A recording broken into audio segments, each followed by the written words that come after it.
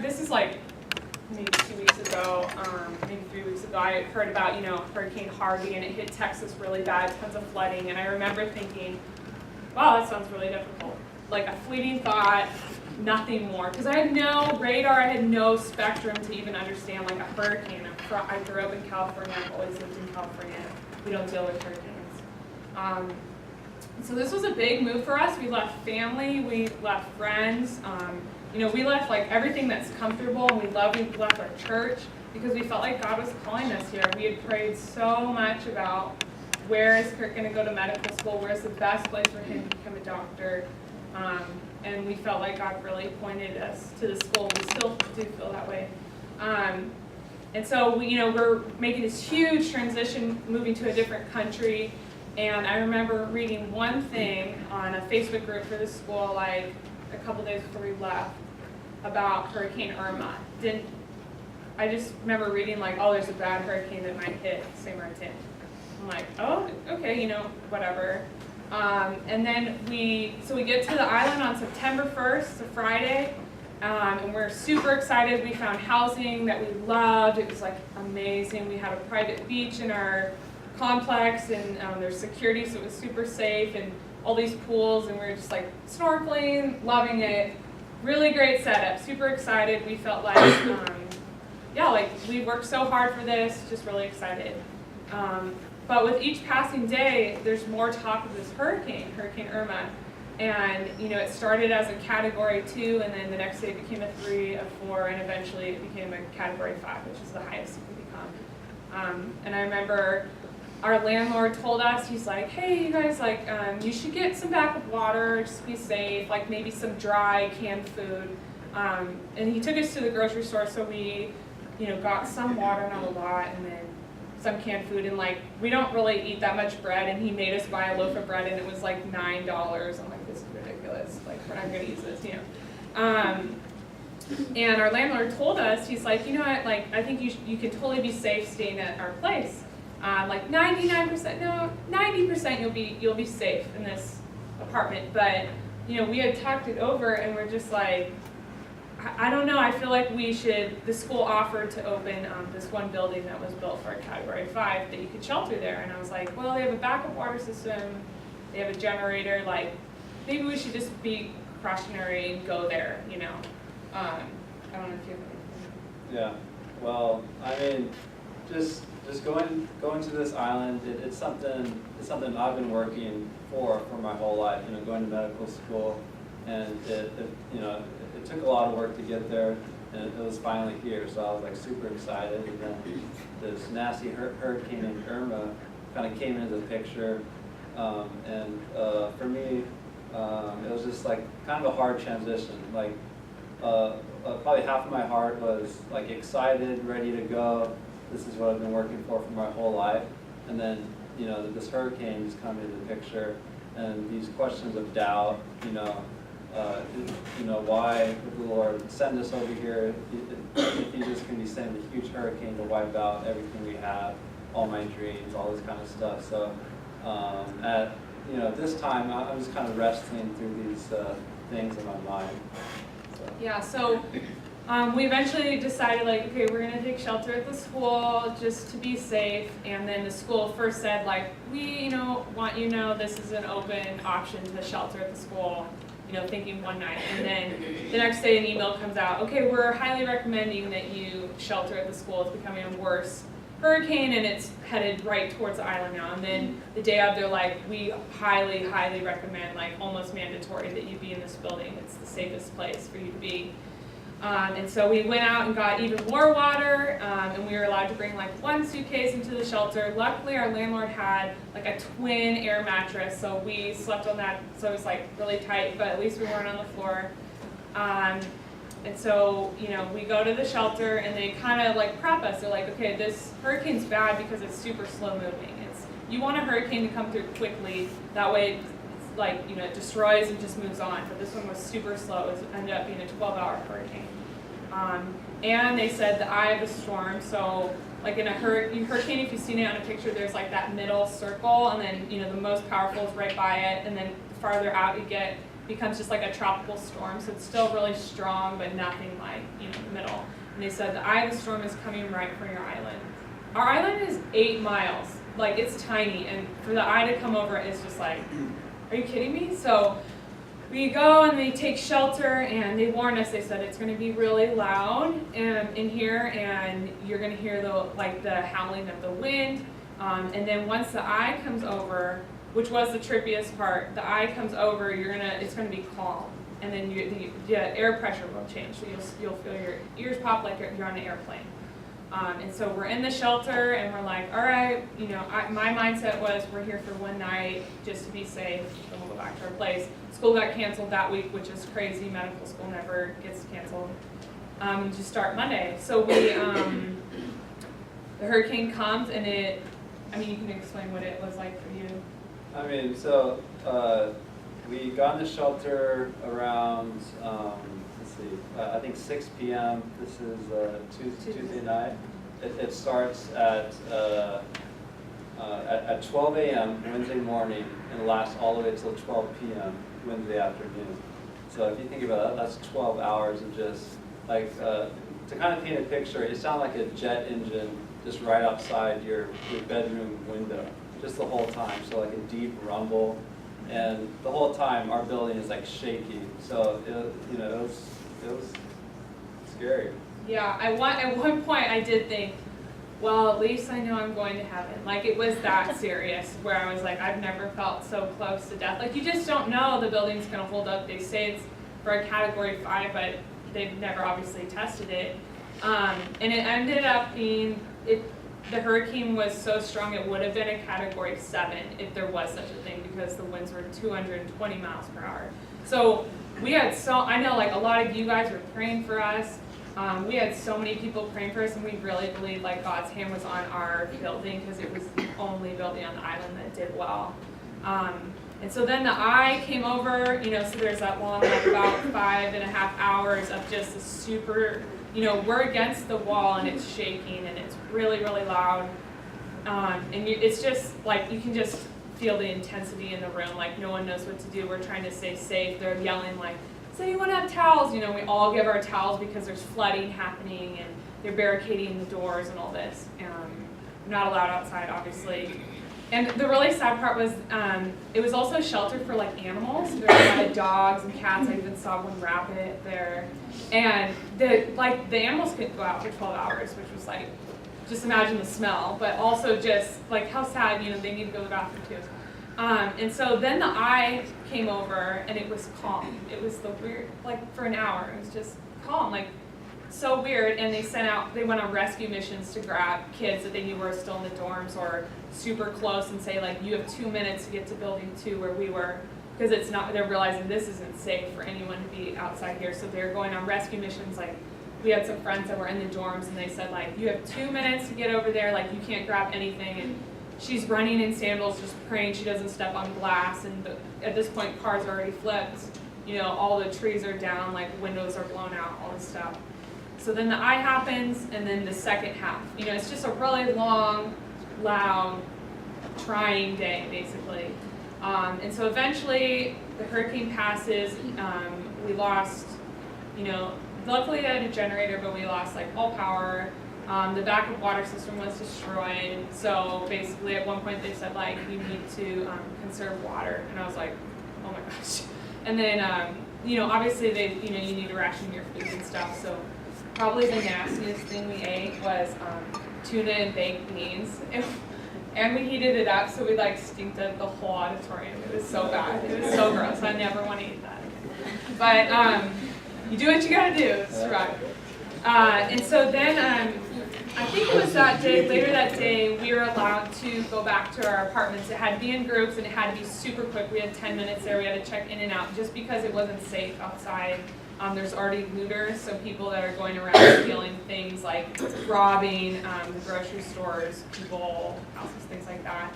So we had to go quick. So we went, and we didn't know how our house was gonna, it's like, maybe it'd be fine, hopefully, And so we get to our place, and outside our front door, like a bunch of our stuff is just in this big water puddle, like our suitcase, like shoes everywhere. We look and like our whole door, not just the door, the frame was blown out like by the hurricane. And so we're like, I don't even know if it's safe to go in, so we like carefully go in. And basically like we had a porch, and you could see the ocean, and then there was these like 3 sliding glass doors, and the wind just blew those out and made a wind tunnel in our house, and then blew out the whole frame of the front door. So if we were anywhere in that, we would not be alive. Like there's no way we'd survive that. It was just so strong. But luckily our room, just how it was situated, it wasn't really in that wind tunnel, so it was closed and like everything in there was fine. So that day we couldn't grab anything, but then the next day we came back and we had like 1 hour, grab everything you can, because we're realizing like we can't live on this island, it's not safe, we have to get evacuated off. But the hard thing was the airport was destroyed, the port where all the cruises were destroyed, so it's like, all right, we want to get evacuated, but how's this going to happen? Like, there's no way for anyone to come in. You know, the tower for airplanes to land, you know, use that to totally demolish. You know, just walking to our apartment, you just ask yourself, is this like real? Did this really happen? I mean, you just look around and it's like a bomb went off, you know, it's buildings demolished, cars flipped over, you know, it's just, you know, you just keep, I just had to keep pinching myself, like this is real, you know, this is very traumatic, you know. Yeah, so let's see, so then it's basically like a waiting game. They, you know, the school did the best they could. They have one satellite phone, because obviously like all internet's out, you know, you can't connect to anything. And so they have a satellite phone, so once the hurricane happens and then there's a storm after, then they were able to like make a phone call to people in the US and like say, we need a US like military to help us, like we can't get off this island. We have 800 people and a lot of them are Americans. And so for us, that was probably, and everyone, like getting through the storm was hard because you don't know what to expect, but the waiting after was, I would say, the hardest part. So I remember like the first 2 days, it was just silent, like nothing was happening on the island. There was no ambulances, there was no rescue missions, like they have no military on site.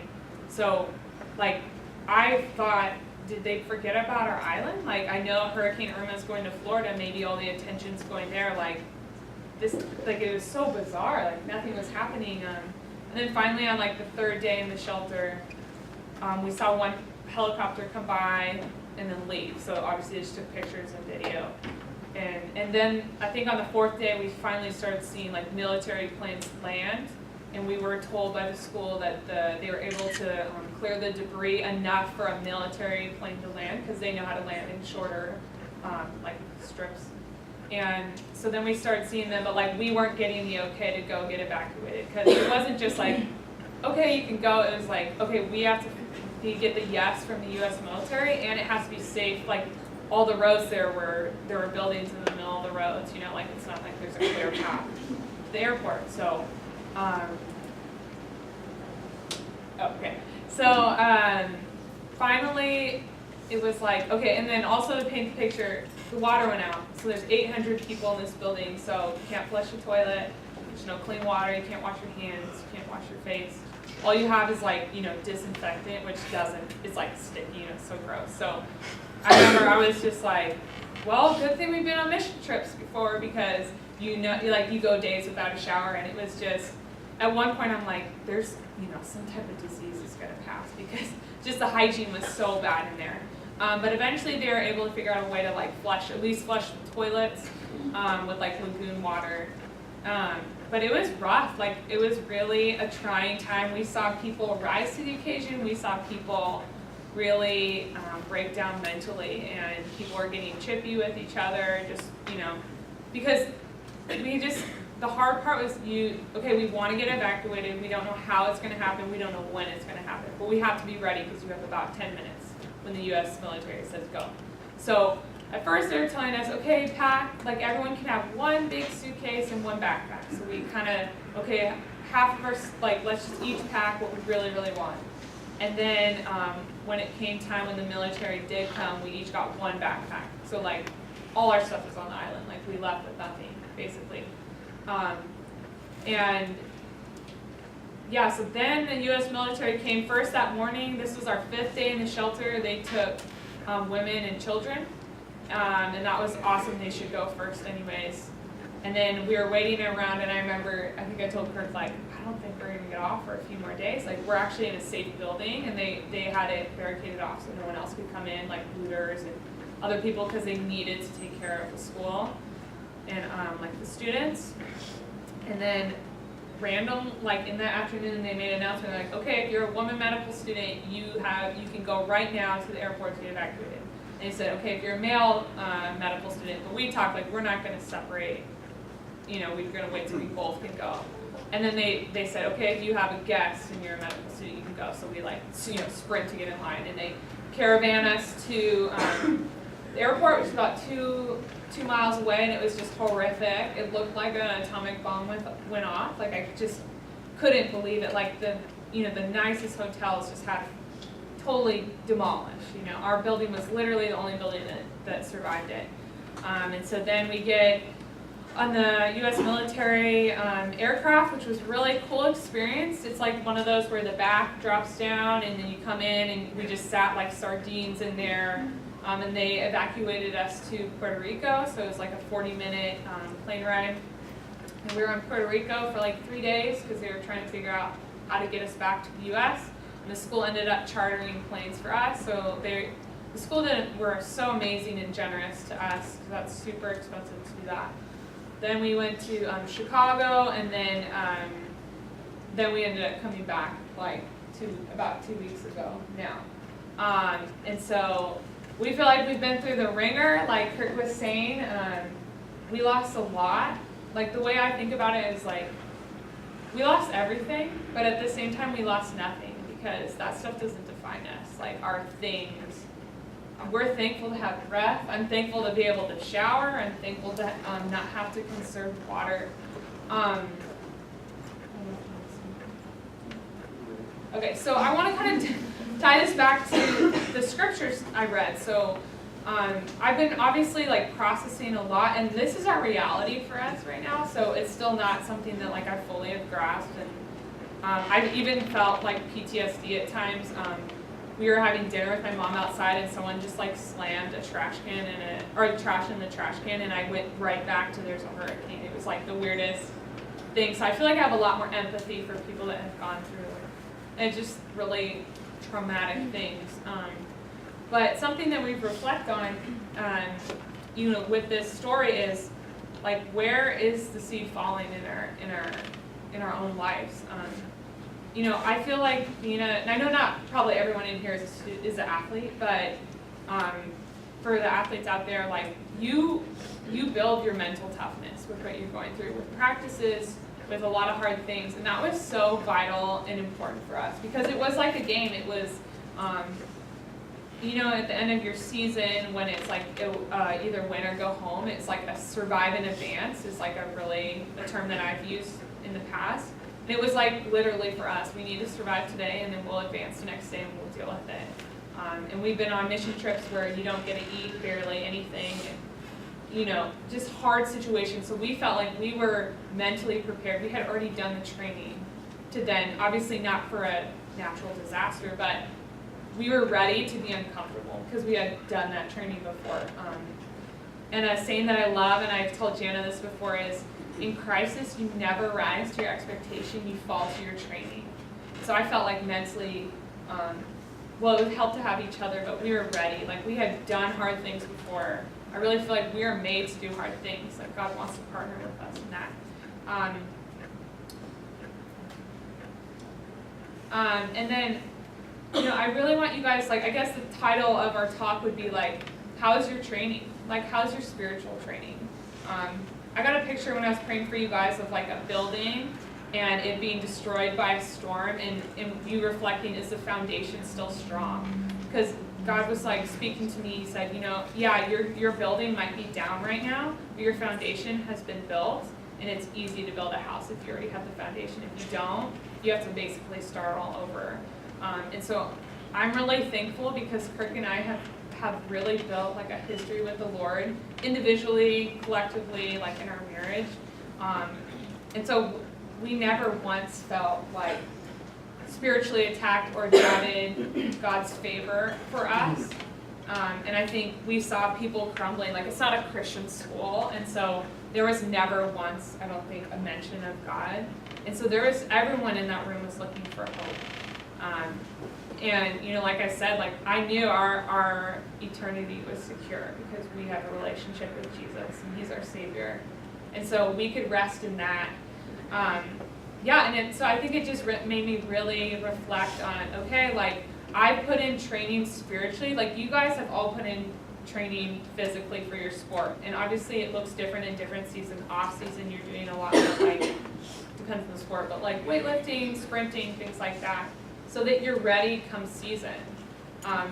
And in life, things happen suddenly. I don't know if it's like, whether it's a diagnosis happens out of the blue for yourself or someone you love, or a death of someone you love, or an injury that takes you out for part of a season or the rest of your career, or a broken relationship. Like, things happen that are really hard. You want to do the training prior, that you want to be like, all right, well, I said, you know what, this isn't what we wanted. I don't even think it's what God wanted, because God cares about everyone that was on our island. But I actually know that God's still taking care of us, and he's going before us, and he's the one directing our steps. So my challenge for you guys is to really reflect on where, you know, how's your spiritual training? What are you doing? Because when you get in a hard place and a crisis, if your identity is in your stuff, or in a certain relationship, or in how many minutes you get in a game, like, and then you lose it like that, then, you know, you're just going to be crumbling.